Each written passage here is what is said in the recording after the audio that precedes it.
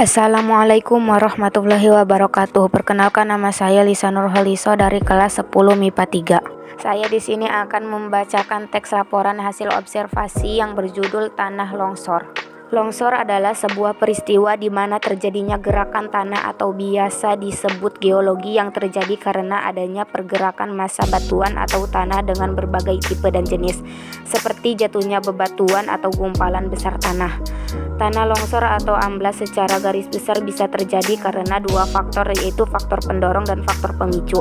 Faktor pendorong merupakan faktor yang memengaruhi kondisi material sendiri, sedangkan faktor pemicu adalah faktor penyebab bergeraknya material tersebut.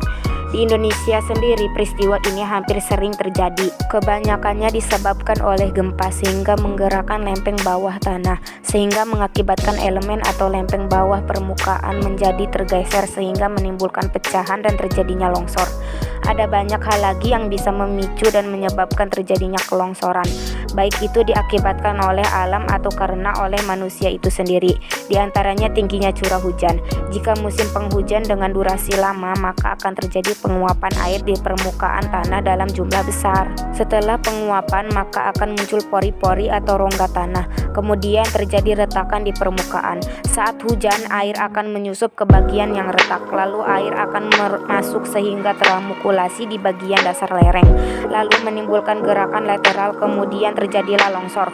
Untuk pencegahan terjadinya longsor bisa dengan menggunakan pohon, karena akar pohon akan banyak membantu dengan cara menyerap air hujan sehingga bisa meminimalisir. Poin di atas merupakan beberapa penyebab terjadinya longsor. Akibat dari bencana ini tentu tidak sedikit kerugian, paling parah adalah korban jiwa. Selain itu, kerugian materi seperti kehilangan rumah, tanah, harta benda yang harus direlakan karena ketimbun oleh longsoran. Sangat jarang orang dalam longsor bisa menyelamatkan dirinya karena kecepatan tanah longsor diperkirakan kecepatannya bisa mencapai 100 km per jam, kecepatan yang mustahil untuk lari bagi manusia tanpa peralatan. Selain itu, setelah kejadian pun korban selamat tidak sedikit akan mengalami trauma yang mendalam. Jika mendengar suara gemuruh besar di dekat Anda, maka segeralah lari menuju ke tempat atau wilayah dataran stabil.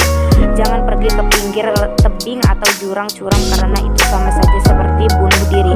Terima kasih. Wassalamualaikum warahmatullahi wabarakatuh.